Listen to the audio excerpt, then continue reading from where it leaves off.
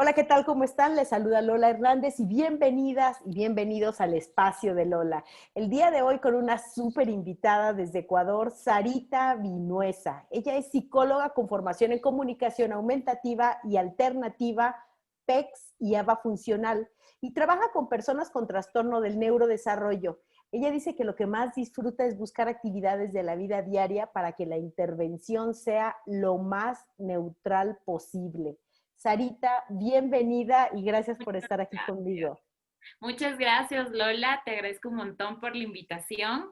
Estoy feliz de poder hablar de esto que a mí me encanta, me apasiona, como es la comunicación alternativa y aumentativa. Sí, no les hemos dicho, no les hemos dicho, así que ya saben, quédense aquí, escuchen, porque vamos a hablar de esto que tanto me preguntan, Sarita.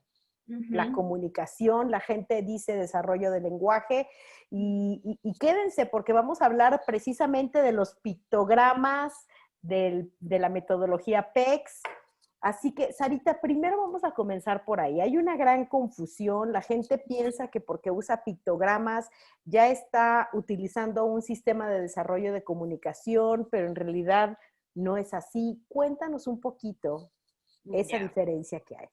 perfecto. Me gustaría empezar aclarando el concepto de comunicación aumentativa y alternativa para comprenderlo mejor. La comunicación aumentativa y alternativa son todas estas herramientas y tecnología, porque ahora también hay mucha tecnología que nos ayuda, que ayudan a las personas a comunicarse cuando no hay el lenguaje oral.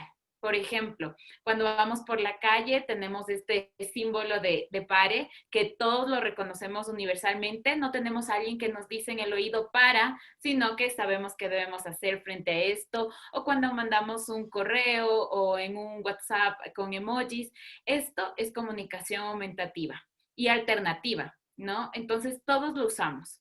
Dentro de la comunicación aumentativa y alternativa tenemos los pictogramas, que son símbolos gráficos muy generales que ayudan a representar cosas. Entonces, es importante saber que esto es una estrategia visual, una estrategia que nos permite comunicarnos con personas que tienen complejas dificultades dentro de la comunicación, Lola. Perdón, Sarita, en el caso de nuestros chicos, bueno, puede Ujú. ser con autismo o sin autismo, porque en realidad esto va más allá del autismo. Sí, Cuando se correcto. utilizan únicamente los pictogramas, ¿en qué se pueden usar? O sea, ¿para qué? Bueno, para lo que más utilizan o lo que siempre vemos que están utilizando es para un horario, ¿ya? Por ejemplo, cuando yo voy a comenzar a trabajar con un niño o una niña, independientemente de su diagnóstico, ¿no? Porque yo trabajo con niños que tienen autismo, que tienen síndrome de Down o que tienen algunos otros síndromes y que esto a veces produce que su lenguaje no sea totalmente entendible para las personas. Entonces, por ejemplo, muchos conocerán el tablero de primero después, que es un horario muy básico, como ven aquí. Entonces yo puedo poner un pictograma de primero vamos a leer la actividad siguiente. Entonces, yo puedo usarlo para un horario, también como hablábamos de PECS. PECS es un sistema alternativo y aumentativo de la comunicación. Entonces, la persona aprende a comunicarse, a estructurar oraciones con los pictogramas. Podemos utilizarlo también en un tablero de lección. Esto es un tablero de elección donde yo pongo las cosas que yo sé que a mi paciente le gustan mucho, como las gomitas, el chocolate, ir al patio, cantar, los legos, y le presento esto y le digo, ¿qué quieres? Entonces, ¿qué hago una elección? Nos sirven para un montón de cosas. Nos sirven para horarios, para dar instrucciones visuales, para hacer sistemas de trabajo. Entonces, el uso que podemos darle es muy, muy amplio, es infinitas posibilidades. Ok, entonces, Sarita, digamos que cuando se comienza a trabajar en el desarrollo Ujú. de la comunicación utilizando el sistema o la metodología PECS, lo primero que se hace es el uso de los pictogramas como una estrategia visual, como un Sí, signo. sí, exactamente. Nosotros tenemos pacientes que no utilizan PECs, pero utilizan pictogramas. Entonces, esto significa que utilizan un apoyo visual para comunicarse, pero no necesariamente que tienen ya un sistema de comunicación. PEX empieza desde una fase muy simple, que es aprender a entregar un pictograma para recibir algo a cambio. Y llegamos hasta la fase número 6, que es la más avanzada, en donde ya podemos hacer una estructura completa como quiero comer chocolate amarillo, por favor. ¿Ya?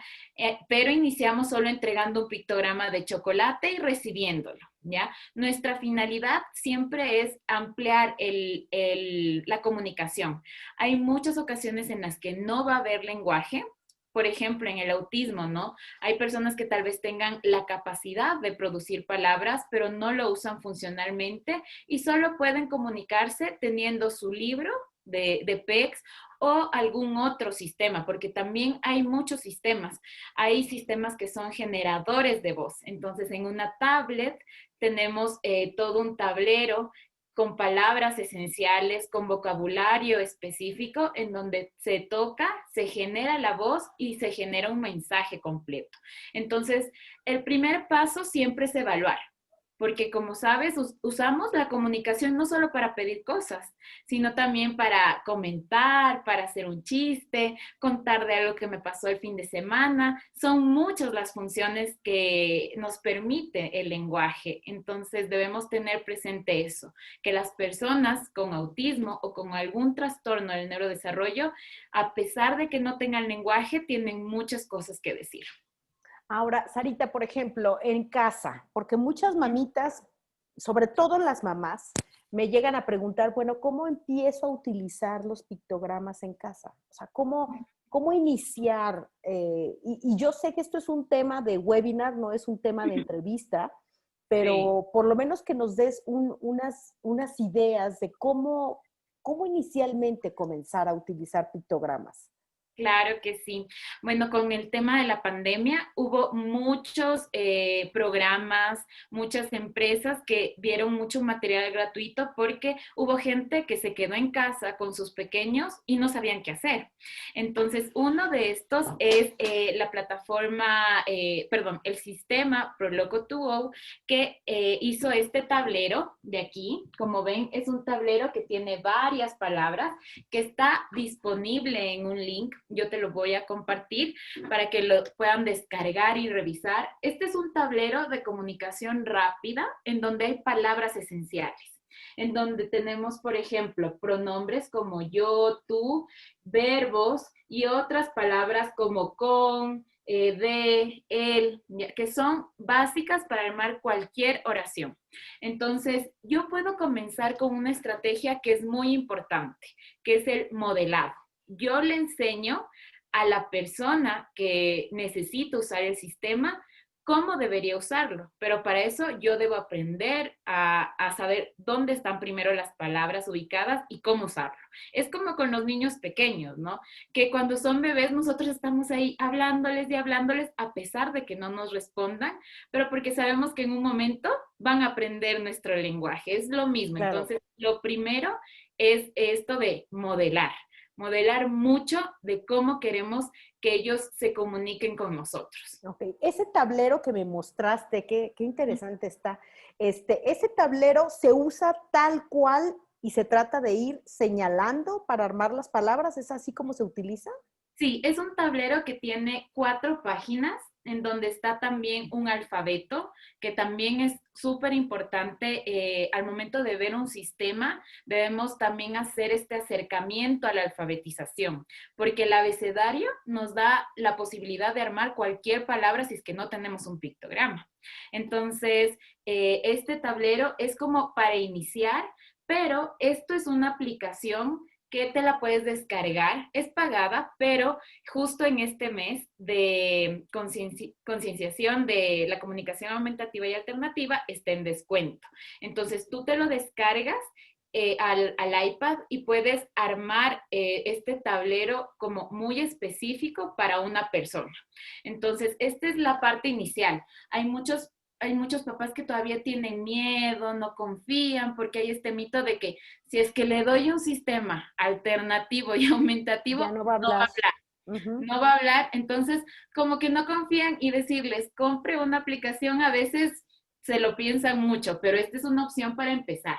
Esta es una buena opción para empezar, para que vean cómo les va, cómo se sienten ellos, cómo ven que está reaccionando la persona, el usuario de CA.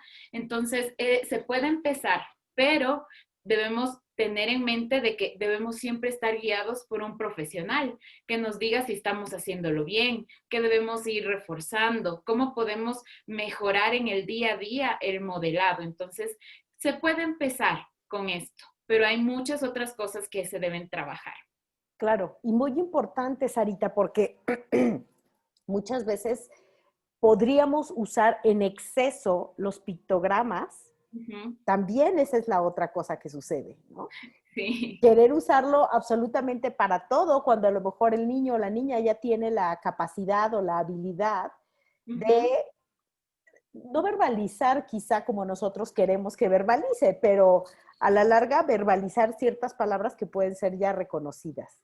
Sí, recuerdo que tenía un paciente que cuando fui a su casa, porque cuando hacemos esta intervención, trabajamos en casa, en colegio, en el consultorio, porque es importante generalizar. Fui a la casa de un paciente y tenía pictogramas casi en todos los objetos, en todos los objetos, pero él no sabía cómo usarlos funcionalmente. ¿Ya? Entonces, por ejemplo, tenía el pictograma de espejo en el espejo, de puerta en la puerta. Pero ¿cómo uso esas palabras en la vida real?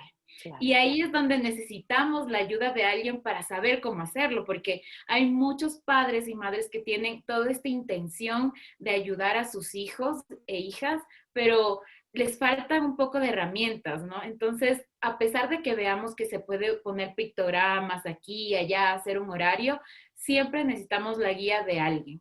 Entonces, lo más importante es que cuando los usemos, sean de una forma funcional y que me van a servir para ir a la calle, ir al supermercado luego, a la piscina con mis amigos, en cualquier lugar. Ese es el objetivo de las intervenciones, ¿no? Que crear personas que sean independientes y funcionales porque van a ser adultos. Entonces, ese es el objetivo general.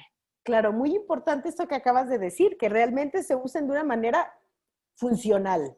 Sí, Que sí, no sí. sea nada más tener el dibujito ahí pegado, que qué bonito se ve y ya sé cómo se lee la palabra, pero ¿y ahora para qué me va a servir esto en la vida real? Ajá, exactamente. O que a veces descargan imágenes, no hay ninguna palabra escrita e imprimen imágenes y esas imágenes van por la casa, van al colegio, van al consultorio, pero no todos entienden el mismo significado por la imagen que ven ahí. Entonces hay que poner siempre la palabra porque igual eso es acercar a la persona a la alfabetización. Son pequeñas cosas que como padres a veces no se sabe y la guía del profesional ayuda a que lo hagamos mucho mejor todavía. Exacto. Entonces, es muy importante.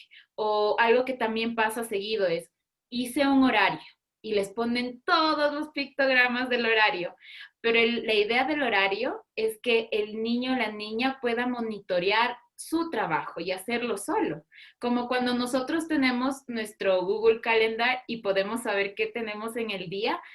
Igual, el niño o la niña debe saber toda su rutina, saber dónde va a poner cuando termine cierta actividad, qué va a pasar luego. Entonces, todo esto es un proceso, ¿no? Es un proceso de varios pasos en donde trabajamos en equipo con la familia, con el colegio, y solo así se logra avances que sean reales y duraderos. Claro, muy significativos. A ver, Sarita, a lo mejor esta pregunta va a ser, puede requerir mucha profundidad, pero te la voy a hacer. Por ejemplo, en el caso de los horarios cuando se hacen en casa, ¿qué es lo más destacado que se debe colocar en un horario visual? ¿Qué es lo más importante? Para no poner 65 pictogramas que termina siendo aburrido y agotador, porque hasta para mí sería aburrido y agotador. Sí, sí. Yo creo que, a ver, sobre todo con personas que trabajamos y que tienen TEA, la claridad visual es muy importante, ¿ya? Es muy importante. Entonces vamos a dar muchos detalles que son simples, ¿ya? Perdón, se me cayó el horario que les quería indicar. Lo primero es empezar con un horario así de pequeño, ¿ya? ¿Por qué? Porque debo entender esto de causa-consecuencia, ¿no? De que cuando me dicen que vamos a leer y luego me van a dar la rana que a mí tanto me gusta, eso es lo que va a pasar. Entonces, comenzamos con uno primero y después. Este es el más básico, ¿no? Tratamos de poner siempre una actividad aquí que sea como un poquito más exigente, más difícil, y luego una actividad que sea reforzadora, algo que le guste para que sea como mi recompensa, ¿no es cierto? Cuando esto ya esté muy interiorizado por el niño, por la persona, podemos ir pasando a un horario así de pequeño, Lola. Mira, podemos pasar un horario así, ¿ya? Donde tenemos, por ejemplo, 3 actividades, ya no 2, sino 3. Y en esta le voy a dar la opción de que elija con mi tablerito, ¿ya? Entonces, le doy 3 actividades que pueden ser de arriba para abajo, o si el niño también puede ir de izquierda a derecha, como nosotros leemos, como sea mejor para la persona. Esto debe ser muy pensado, ¿no? Muy individualizado. Entonces, aquí tenemos una caja que dice terminado y en donde el niño o la niña tiene que aprender a sacar el pictograma, ponerlo en la parte superior, ¿no? Porque esto es lo que está sucediendo en este momento, y cuando acabe, poner en terminado. Esta noción de terminar algo es súper importante, y pasar el siguiente pictograma a la parte superior, porque eso es lo que va a suceder en este momento.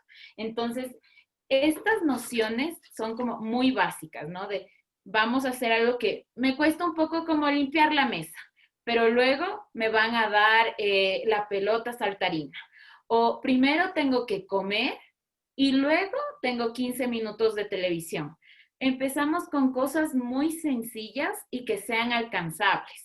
Alcanzables para la persona que va a usar el horario y para nosotros como padres, porque si nos ponemos objetivos muy altos, nos frustramos los dos. Entonces deben ser cosas muy, muy pequeñas, y luego vamos por cosas más grandes. Como te decía, limpiar la mesa, que es muy sencillo, poner individuales, o levantar los platos, recoger los juguetes, cosas muy sencillas, y luego aumentamos la complejidad. Sarita, ¿qué pasa si los padres, por ejemplo, no encuentran la imagen que están buscando? Se vale que ellos hagan su dibujito, porque yo digo, bueno, se vale, ¿no? Siempre y Sí, cuando haya una consistencia en que sea la misma imagen, me imagino, para la misma palabra. sí, bueno, como les decía, los pictogramas es una representación muy general. Entonces, por ejemplo, si es que tú ingresas a la página de Erasac y pones yo, vas a encontrar tal vez un niño apuntándose. Y si es que tú ves, en cambio, en este de aquí, el yo, es casi lo mismo, ¿no? Es casi lo mismo. Entonces, hay páginas como Arasac que tienen ya los pictogramas hechos. Uno puede crear también símbolos, puedes hacer muchas cosas y te ayudan.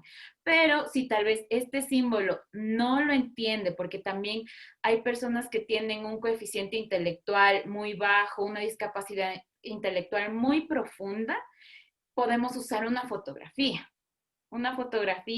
o también podemos usar objetos reales. ¿Por qué? Porque algo muy abstracto no lo comprenden. Entonces yo puedo en el horario hacer un horario con objetos, no con pictogramas, no con fotografías, sino con objetos. Entonces, llega el momento de la comida y yo le voy a poner la cuchara, el tenedor, la taza que va a necesitar, para que sepa que eso significa el lunch.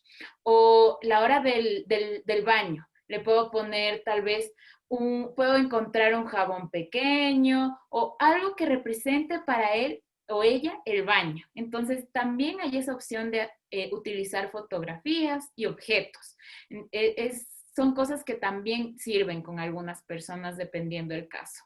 Pero inicialmente, si empezamos con los pictogramas, por ejemplo, bueno, será a base de la observación que sepas si está comprendiendo que esa imagen que aparece en el pictograma está relacionada con, por ejemplo, el baño. de la casa, ¿no? Como tú dices, puede haber ciertos retos cognitivos que no les permitan generalizar la imagen con el baño de la casa, por ejemplo, ¿no? Sí. Entonces, es también una cuestión de observación para saber si los pictogramas les funcionan o no les funcionan.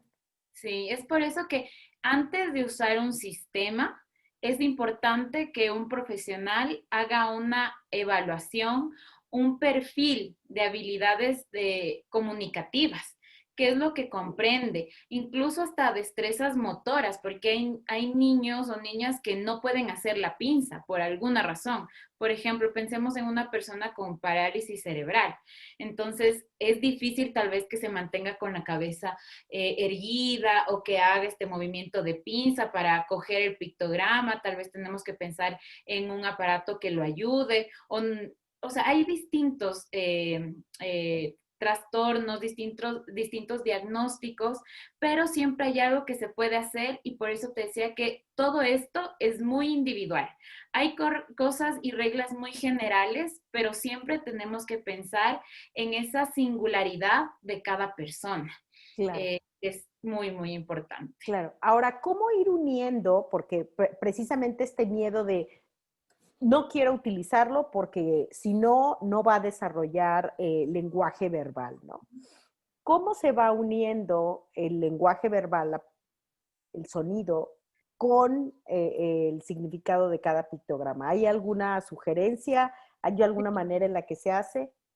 Sí, por ejemplo, las personas que utilizan o están pensando en usar PECs, debemos pensar que siempre tenemos este input verbal, ¿ya? Por ejemplo, cuando la persona me entrega el pictograma de chocolate, al momento de yo entregarle el chocolate, siempre digo la palabra, chocolate, y le entrego. Cuando ya la persona arma la frase, si no tiene lenguaje oral para leer lo que armó, yo se lo leo. Entonces, yo leo, quiero rana verde, por favor. Entonces, yo siempre estoy dando este input. Cuando modelo, cuando modelo en este tablero, yo siempre estoy verbalizando. Entonces, le digo, yo quiero banana, yo quiero cereal. Entonces, no debemos olvidarnos, porque esto es muy importante, que nosotros tenemos que tener muy presentes hacer esto, ¿no? De decir la frase, decir la palabra y usar las palabras necesarias, que también es muy importante. Tenemos la costumbre de hablar, hablar, hablar, hablar, pero cuando usamos un tablero como este, tenemos que detenernos a pensar, porque aquí no está todo. Entonces yo trato digo, bueno, voy a usar las palabras súper necesarias. Entonces, voy a la tienda.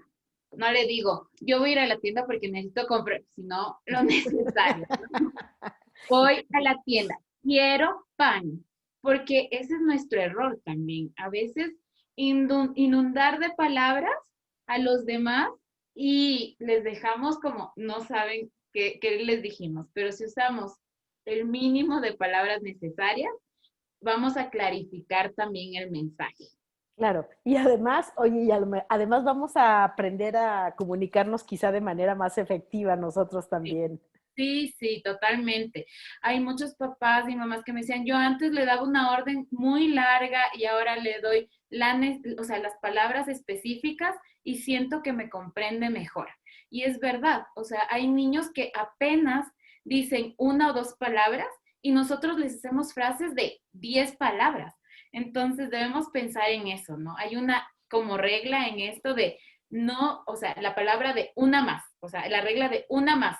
Si él dice 3 palabras, yo voy a tratar de solo decir 4. Si dice una, pues máximo 2. Entonces, siempre tener en cuenta esto.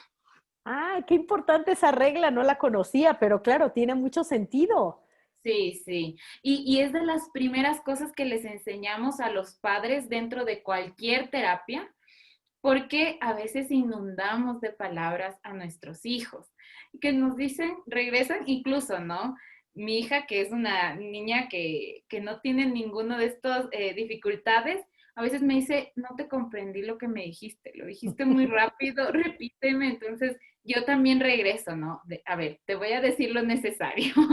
Es súper importante regularnos nosotros primero. Eso te iba a decir, Sara, porque uno mismo tiene que regularse incluso con los chicos y chicas en general, ¿no? Estamos Sí. demasiado acostumbradas a dar instrucciones, instrucciones, instrucciones, instrucciones, instrucciones y a llenar de palabras. Y otra regla también, ahora que estamos hablando de estas reglas, esperar. Algo que también no nos gusta o a veces puede ser incómodo es el silencio. Entonces, cuando yo hablo a la otra persona, debo esperar al menos unos 5 segunditos para darle tiempo para ver si es que me responde. ¿Ya? Hay niños que pueden procesar todo esto un poco más lento y solo necesitan tiempo, pero nosotros ya estamos ahí diciendo, ¿qué quieres? ¿Pan o leche? Pero dime, ¿qué quieres? ¿Pan o leche? Dime, señálame. Entonces debemos también en eso regularnos, esperar, darnos ese tiempo. Siempre les pongo el ejemplo a mis pacientes de, pensemos cuando hablamos a nuestros bebés. Nosotros les decimos, ay, estás feliz, te gusta esto. No nos responden, pero siempre les dejamos ahí como todas estas frases, ¿no? Esto, sabemos que no nos van a responder, pero les hablamos, les damos el tiempo tal vez para que nos sonrían, hagan algo.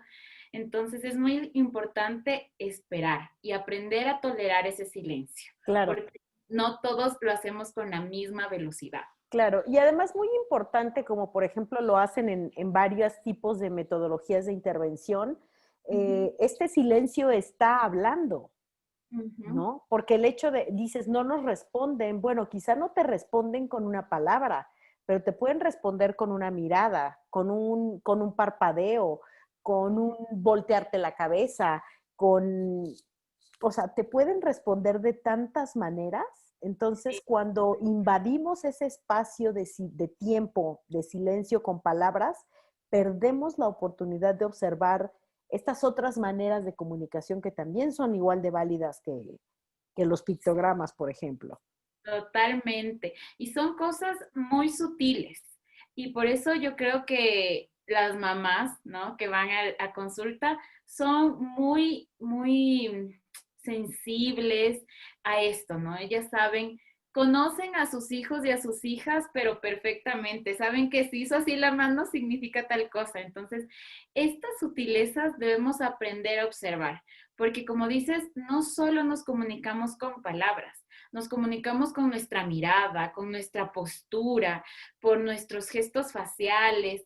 Todo eso es comunicación. Entonces, siempre debemos estar como muy pendientes de estas cosas muy pequeñas que nos pueden comunicar y hacerlas válidas, ¿no? Porque a veces, por ejemplo, como tú decías, esto de parpadear. Hay un niño que puede que no me hable, pero me parpadea, me ve de cierta forma, yo tomar ese comportamiento, esa conducta y decirle, ah, tú quieres o tú tienes frío o tú tienes calor, hacerlo válido, ¿no? Porque también es su forma de comunicarse. Eso de hacer válido es muy, muy importante. Claro, claro. Necesitamos validar su comunicación. Es simplemente nos pasa a nosotros. Si estás enojada con alguien, por ejemplo, con tu pareja, quieres que adivinen la cara que traes, ¿no? Que validen tu, tu seriedad, tu silencio. O sea, estás pidiendo que lo validen, ¿no? Sí. Y eso es lo que nos falta recordar, ¿no? Recordar que a pesar de que no haya lenguaje, hay otras formas por las cuales nos están comunicando cosas. Y validar eso. Si me levantó la mano, está bien, no es la forma en la que yo quiero que se comunique, pero lo voy a hacer válido para que él vea que lo entiendo. Porque o si no, lo otro que pasa es que comienzan conductas desafiantes cuando no hay comunicación o cuando no me están comprendiendo lo que yo quiero decir, comienzo con hacer berrinches, hay niños que se llegan a golpear a autolesionar, muerden a otras personas, se muerden a ellos mismos. Entonces, esto es importante y por eso también es importante darles una forma de comunicarse, aunque no sea la que esperamos. Y en algunos casos será hasta que aparezca el lenguaje, porque este tal vez PEX o este tablerito es solo un puente que va a dar esa ayudita extra para que lleguemos al objetivo de el lenguaje oral. Entonces, Exacto. no tener miedo. Exacto. Y fíjate que hace algunas semanas entrevisté a otra persona que nos habló de los 7 canales de comunicación, que además me pareció fascinante, y ella precisamente hablaba de la validación de todos estos maneras de comunicar, ¿no? Y cómo no es verdad que hay alguien que no comunica. Todos estamos comunicando. Y ella algo que comentaba es en ocasiones nosotros hemos negado esta comunicación a los chicos y ellos han aprendido a comunicar, por ejemplo, con un grito, ¿no? Sí.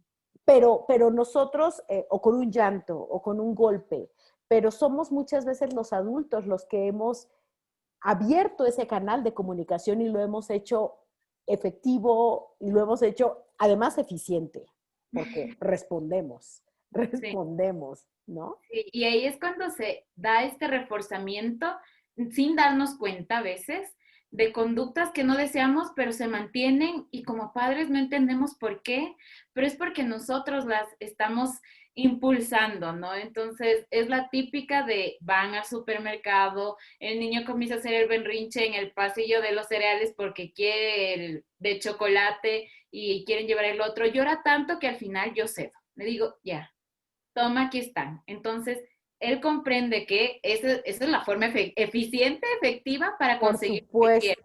Por supuesto. Entonces, no nos damos cuenta de que estamos reforzando algo que no queremos ver.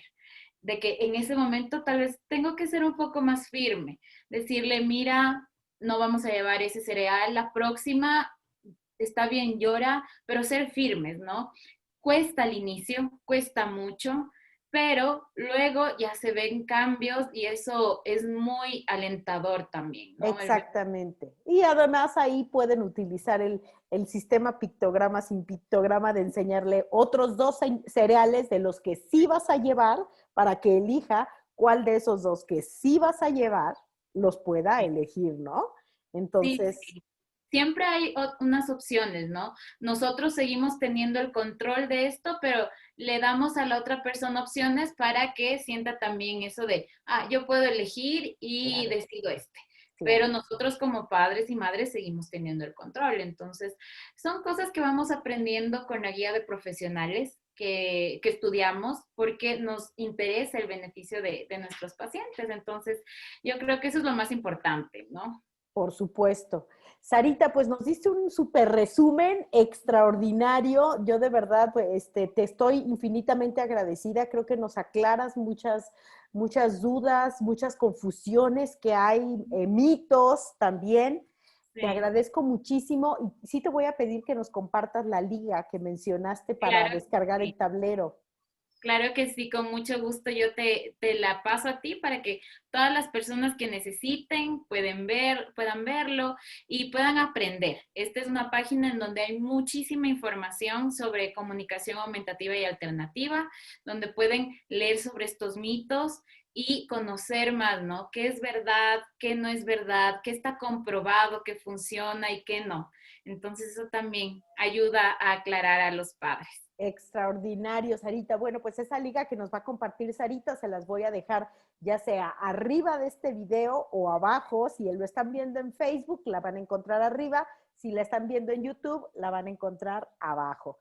Así que, Sarita, 1.000.000 de gracias por acompañarnos. Este espacio está abierto para cualquier tema que quieras comunicar a las personas y que piensas que es importante que los padres conozcan sobre la comunicación y el lenguaje. Gracias, gracias Lola querida por la invitación, por dejarme hablar de todo esto que es muy importante que más gente conozca, ¿no? Exactamente. Gracias a todas las personas que nos escuchan. Esta es Lola Hernández en el espacio de Lola y nos escuchamos en la siguiente entrevista. Que tengan un hermoso día. Hasta pronto.